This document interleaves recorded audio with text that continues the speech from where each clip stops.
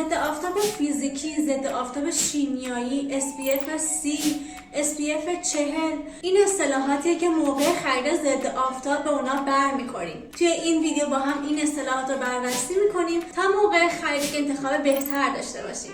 خیلی خوش اومدیم به کانال پریاسه. من پریا هستم، کارشناس علوم سلولی مولکولی. امروز یک ویدیو هیجان انگیز داریم از مقایسه دو ضد آفتاب فیزیکی، یکی از برند پرال و یکی از برند سینره. موقع خرید ضد آفتاب باید دقت کنید که ضد آفتابی که میخواین بخرین طیف وسیعی از اشعه یووی رو پوشش میده، یعنی از پوست شما در مقابل یووی A و یووی B محافظت میکنه. مورد بعدی که باید بهش دقت کنید SPF کرم شما نباید کمتر از 30 باشه و SPF بالای 50 محافظت چشمگیری در مقایسه با SPF 50 ایجاد نمیکنه. اصطلاح SPF به چه معنیه؟ SPF یا Sun Protection Factor مدت زمانی رو نشون میده که ضد آفتاب شما از پوست شما محافظت میکنه.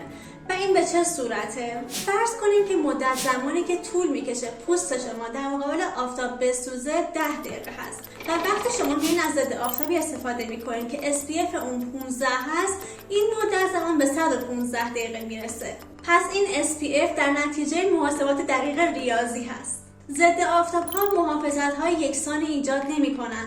بعضی از اونها فقط یووی A رو پوشش میدن، بعضی از اونها یووی B و برخی از اونها هر دو رو. یووی که ازش حرف میزنیم به چه معنیه؟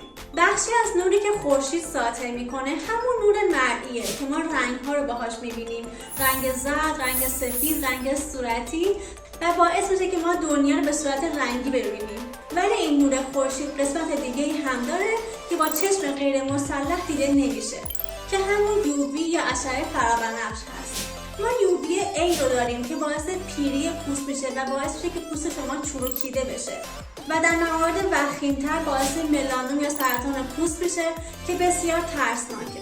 و ما یووی B رو داریم که باعث میشه که پوست شما برنزه بشه و عملا پوست شما رو سرخ میکنه و همینطور همین اشعه هست که باعث انواع سرطان‌های پوست میشه و سلول‌های بازال و سلول‌های سنگ‌فرشی رو درگیر میکنه. همه سرطان‌های پوست به طور یکسان ایجاد نمیشن، ولی نمیشه که آمار رو انکار کرد. و این آمار وحشتناک به این صورته که در آمریکا از هر 5 نفر 1 نفر سرطان پوست میگیره، یعنی چیزی حدود 20%، و هر 1 ساعت 1 نفر در اثر ملانوم میمیره. و ملانوم نه تنها یک سرطان پوسته، بلکه یکی از وخیم‌ترین نوع‌های سرطان هست.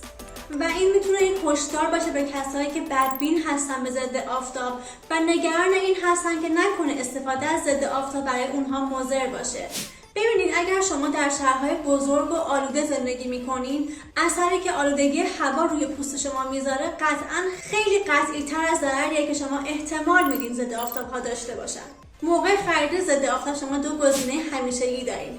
یکی مسدود کننده های فیزیکی یا معدنی هستن که یووی A و یووی B رو پوشش میدن و از زینک اکساید و تایتانیوم دای اکسید تشکیل شدن که این نوع مثل یک مانع عمل میکنه و مانع عبور نور خورشید به پوست ما میشه. و از طرفی ما ضد آفتاب های شیمیایی رو داریم که عملکردشون با ضد آفتاب های فیزیکی متفاوته و مسدود کنندگی ندارن.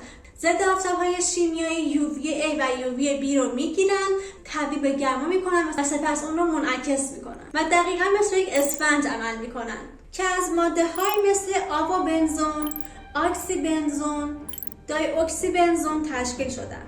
این دو مدل ضد آفتاب غیر از فرق عملکردی که با هم دیگه دارن، تفاوت‌های ریز دیگه‌ای هم با هم دارن. به عنوان مثال ضد آفتاب‌های فیزیکی تحریک کنندگی کمتری دارن و همینطور ضد آفتاب‌های فیزیکی به محض اینکه استفاده میشن عملکرد خودشون رو آغاز میکنن، ولی ضد آفتاب‌های شیمیایی 30 دقیقه طول میکشه تا فعال بشن.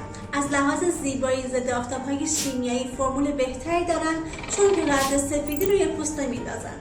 همه انواع ضد آفتاب‌های شیمیایی هر دو اشعه یووی A و یووی B رو ساپورت نمی‌کنن به عنوان مثال آب بنزون فقط از UV A محافظت میکنه و اکسی و دای اکسی بنزون هر دو مدل UV رو پوشش میدن. یک اصطلاح دیگه هم در مورد ضد آفتاب ها استفاده میشه و اون ضد آب بودن اونهاست که اساساً چیز بی‌پایه‌ای هست. به خاطر اینکه اگر شما ورزش میکنید قطعا با دستتون پیشونی خودتون تمیز میکنید و این ضد آفتاب پاک میشه و اگر شنا میکنید وقتی که با حوله خودتون رو خشک میکنید باز هم ضد آفتاب پاک میشه. به خاطر همین سازمان FDA اخیراً اصطلاحی رو جایگزین ضد آب کرده و اون مقاومت در برابر آب هست. به این معنی که ضد آفتابی که شما استفاده میکنید 40 دقیقه تا 80 دقیقه در برابر آب مقاومت داره یا نه. و یک نکته کوچیک دیگه اینه که ماده زینک در ضد آفتاب‌های فیزیکی از ماده تایتانیوم قوی تره. حالا که به طور کامل با انواع ضد آفتاب‌ها آشنا شدیم، بریم سر انتخاب بهترین ضد آفتاب. ضد آفتاب‌هایی که معرفی کردیم هر دو ضد آفتاب‌های فیزیکی هستن و هر دو فاقد چربی هستن. چیزی که توجه منو جلب کرده وجود آلفا بیزابولل هست که این ماده خاصیت ضد التهابی داره. پس انتخاب من ضد آفتاب فیزیکی و فاقد چربی سینره هست. ولی مثل همیشه انتخاب با شماست. اگر این ویدیو رو دوست داشتین صفحه من رو فالو کنین. اگر از یوتیوب میایید صفحه من رو سابسکرایب کنین. من شماره خودم رو هم میذارم اینجا. اگر انتقادی یا پیشنهادی دارین خوشحال میشم با هم مطرح کنین و اینو بدونین که پریا مراقب سلول به سلول شماست. تا ویدیوهای بعد خدا نگهدار.